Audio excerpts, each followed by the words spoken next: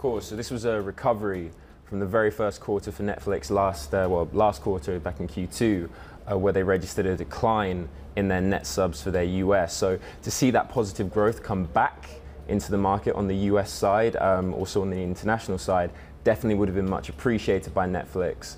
They highlighted in the last quarter that they believed this would be invigorated by the return of Stranger Things, so very much underlining the hits-driven nature of the business. I was fascinated by their comments because some of the critics pointed out, well, hey, you know, this challenge around subscriber growth came at a time when you don't have the full-on competition coming from the likes of Disney and some of the other major players. They're saying, well, we've always been competing, we've had Amazon, YouTube out there, and that they think that when you've got more players, it will actually accelerate this move from linear TV to on-demand consumption. What do you make of that? Because if you look at the airline space, it worked for a bit.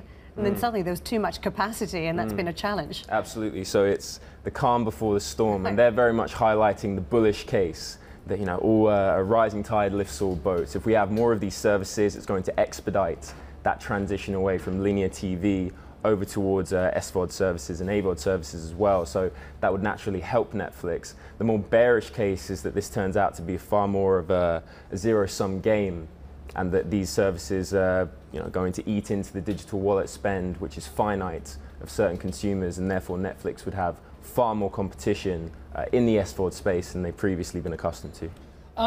But have they got enough content to compete? I guess the point is when everyone's up and running, when NBC's up and running, when Disney's up and running, when all the other rivals are there, because they're going to find it very difficult to raise prices, aren't they, all of these streamers? Because if people are prepared to pay, I don't know, $50 a month or $75 a month, then there will be a level where people say, do you know what, I'm actually not going to have all of these services.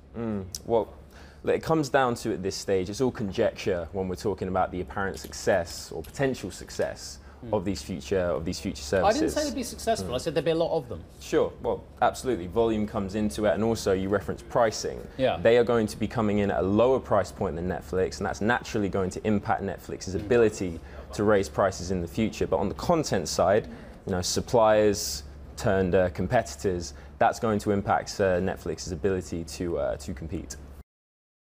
Hi, I'm Joanna Bersecci, and thank you for watching. You can check out more of our videos by clicking on the boxes on the screen. And don't forget to subscribe to our channel for more from CNBC International. Thank you for watching.